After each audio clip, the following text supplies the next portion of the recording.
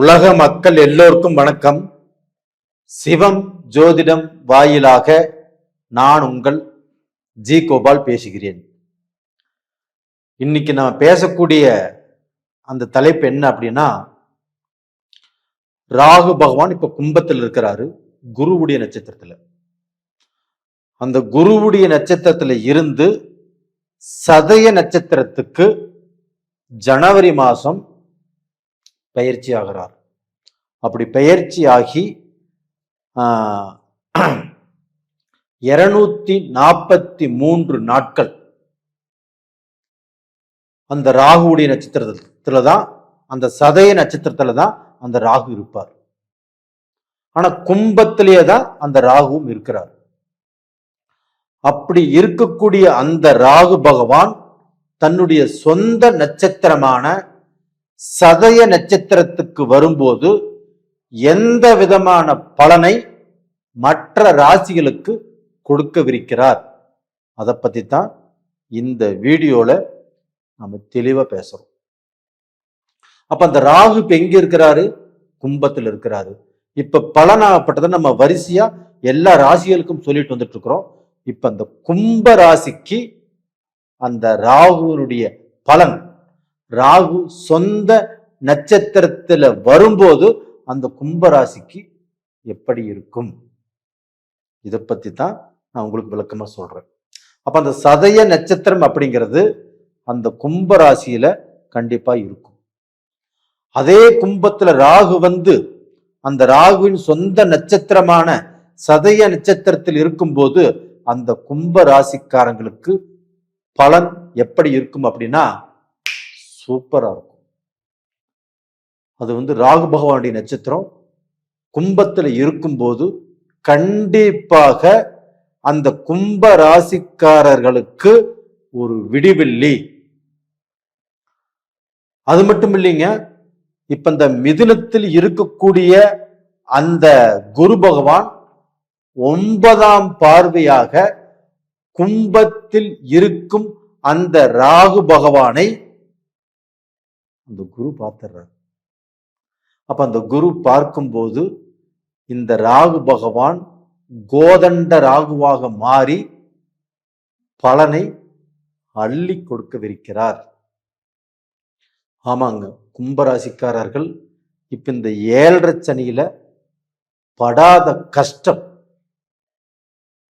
தன்னுடைய இளமையிலும் சரி முதுமையிலும் சரி நடுத்தர மக்களும் சரி எல்லாருமே அவரவர்கள் வயதுக்கு தகுந்த மாதிரி பிரச்சனைகளை மாட்டிட்டு குழப்பத்தில் இருக்கிறாங்க. இப்ப சனி பகவானும் ராசிக்கு 2ஆம் இடத்தில் குடும்பஸ்தானத்துல இருந்து தன் குடும்பத்தையும் ஒரு நல்ல நிலைக்கு, ஒரு நல்ல சந்தோஷமான வாழ்க்கைக்கு வர விடாமல் குழப்பங்களை கொடுத்து கொண்டிருக்கிறது. மேக்சிமம் பார்த்தீங்கன்னா இந்த கும்ப ராசிக்காரங்கள் ரொம்ப நல்ல மனசுள்ளவங்க, எல்லாத்துக்கும் உதவி செய்யக்கூடிய எண்ணங்கள் இருக்கும். யாராவது இவர்களை பாராட்டி பேசினால் அந்த பாராட்டுக்கு கண்டிப்பாக கும்பராசிக்காரர்கள் மயங்கிடுவாங்க. அது போக நல்ல மனசு, நல்ல குணம், அப்படி எல்லாமே இருந்தும் இவங்க சிக்கல்லையே போய் சிக்கிறாங்க. அடுத்தவங்களை நம்பி மோசம் போறாங்க, அடுத்தவங்களை நம்பி ஏமாந்து போறாங்க. இவங்களுக்குன்னா துரோகம் ஈஸியா பண்ணிடுவாங்க. அது மாதிரி கும்ப ராசிக்காரர்களை யாருமே அவ்வளவு சீக்கிரமாக வளர விடுவது இல்லை.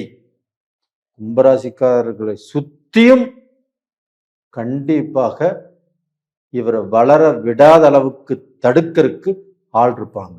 ஆனால் அதே சமயத்துல கும்பராசிக்காரர்கள் அவங்க வந்து பார்த்தீங்கன்னா அவங்களால முடிந்த உதவியையும் நல்லதையும் எல்லாத்துக்கும் செஞ்சுட்டே இருப்பாங்க. இதை அனுபவிப்பதற்கு ஒரு கூட்டமே இவங்களை சுத்தி இருக்கும். பெண்களும் அது மாதிரிதான் கும்பராசியில பிறந்து எல்லாத்தையுமே நம்பி கெட்டு வாழ்ந்துட்டு இருக்கிறாங்க.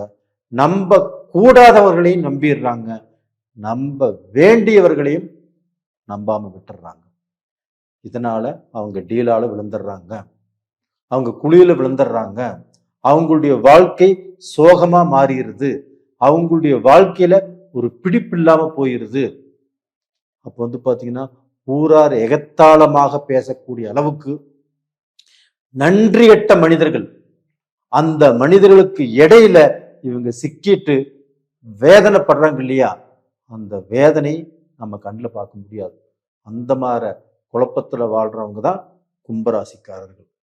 அவர்களுக்கு இந்த பீரியட்ல ஒரு அற்புதமான டைம், ஒரு அருமையான டைம். ஏன் சொல்ற அப்படின்னா, இந்த குரு பகவானும் அந்த ராகு பகவானை பார்க்குறாங்க 9ஆம் பார்வையாக. அங்கே ராகுவும் இருக்கிறாங்க. இந்த பீரியட்ல அந்த ராகு பகவான் இவங்களுக்கு ஒரு புதையல் மாதிரி, இவங்களுக்கு பார்த்தீங்கன்னா ஒரு அதிர்ஷ்டம், ஒரு ஜாக்பாட். இது எல்லாமே இந்த பீரியட்ல கண்டிப்பாக நடக்கும். அந்த 243 நாட்களில் கண்டிப்பாக நடக்கும். அப்போ பார்த்தீங்கன்னா இவங்களுக்கு நல்ல தைரியம், ஒரு தன்னம்பிக்கை, யாரை நம்பணும் யாரை நம்ப கூடாது அப்படின்னு ஒரு முடிவுக்கு வருவாங்க. எதையுமே ஆழமாக சிந்தித்து செயல்படுவாங்க.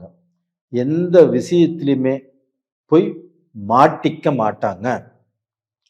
அவங்க பார்த்தீங்கன்னா ஒரு வழி சொல்றாங்க, ஏதாவது விஷயத்துல அவங்கள நம்ப சொல்றாங்க, அப்படி பார்த்தீங்கன்னா கண்மூடித்தனமாக நம்ப மாட்டீங்க.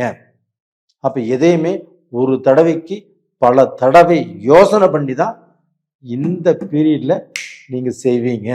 அப்படி செய்யும்போது நீங்கள் ஒவ்வொரு விஷயமாக சக்சஸ் பண்ணி ஒவ்வொரு படியாக நீங்கள் ஏறி நீங்கள் உயரப் போகிறீர்கள்.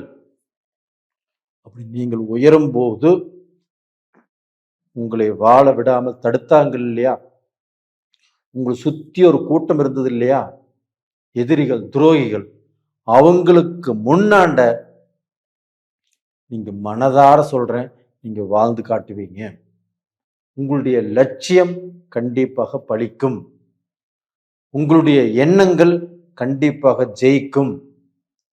அப்ப டோட்டலா பாத்தீங்கன்னா உங்களுடைய வாழ்க்கையில நீங்க சாதிச்சு சம்பாரிச்சு பட்ட கடனை அடைத்து ஏளனம் பேசுறவங்களுக்கு முன்னாண்ட நீங்க பாத்தீங்கன்னா ஒரு நல்ல பொசிஷனுக்கு வளரக்கூடிய வாய்ப்பு இந்த பீரியட்ல கண்டிப்பாக இருக்கிறது.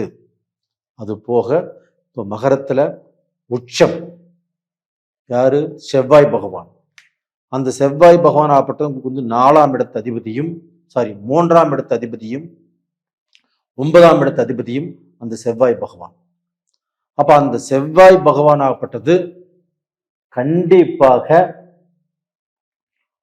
உங்களுடைய வாழ்க்கையில நீங்க பாத்தீங்கன்னா பூமி வாங்கலாம், அது போக கட்டடம் கட்டலாம், வீடு வாங்கலாம், ஏதாவது சொத்து வாங்கலாம். இது மாதிரியான வாய்ப்புகள் உங்களுக்கு நல்லா இருக்குது. அப்போ பாத்தீங்கன்னா அந்த 3-11க்குரிய கிரகம் 10க்குரிய கிரகம் அந்த செவ்வாய் பகவான் ஆகப்பட்டது உச்சமாகிறதுனால இது மாதிரி செய்யலாம். ஆனால் அதே சமயத்துல கொஞ்சம் வேகம் இல்லாமல், கொஞ்சம் ஆத்திரம் இல்லாமல், கொஞ்சம் பொறுமையாக நிதானமாக செயல்படுங்கள். அது போக பார்த்தீங்கன்னா இந்த கேது பகவான் ஆகப்பட்டது உங்களுடைய ராசிக்கு 7ஆம் இடத்துல இருக்கிறாங்க. அப்ப அந்த 7ஆம் இடத்துல இருந்து கண்டிப்பாக உங்களுக்கு ஏதாவது ரூபத்துல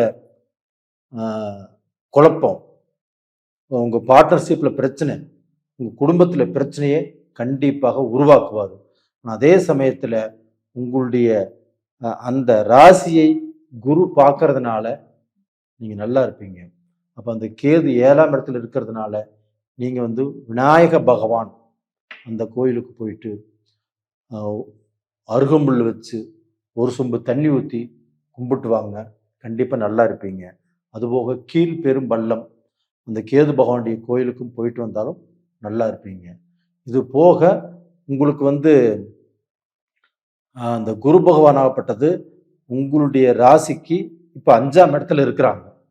அந்த 5ஆம் இடத்துல இருந்து உங்களுக்கு உயர்வு, சந்தோஷம், உங்களுக்கு பார்த்தீங்கன்னா திறமைக்கு வாய்ப்பு, நீங்க படிப்படியாக வாழ்க்கையில உயர்வான அந்தஸ்துக்கு வர்றதுக்கு நல்ல அமைப்பு, இதெல்லாமே நல்லா கொடுத்துருக்குறாங்க.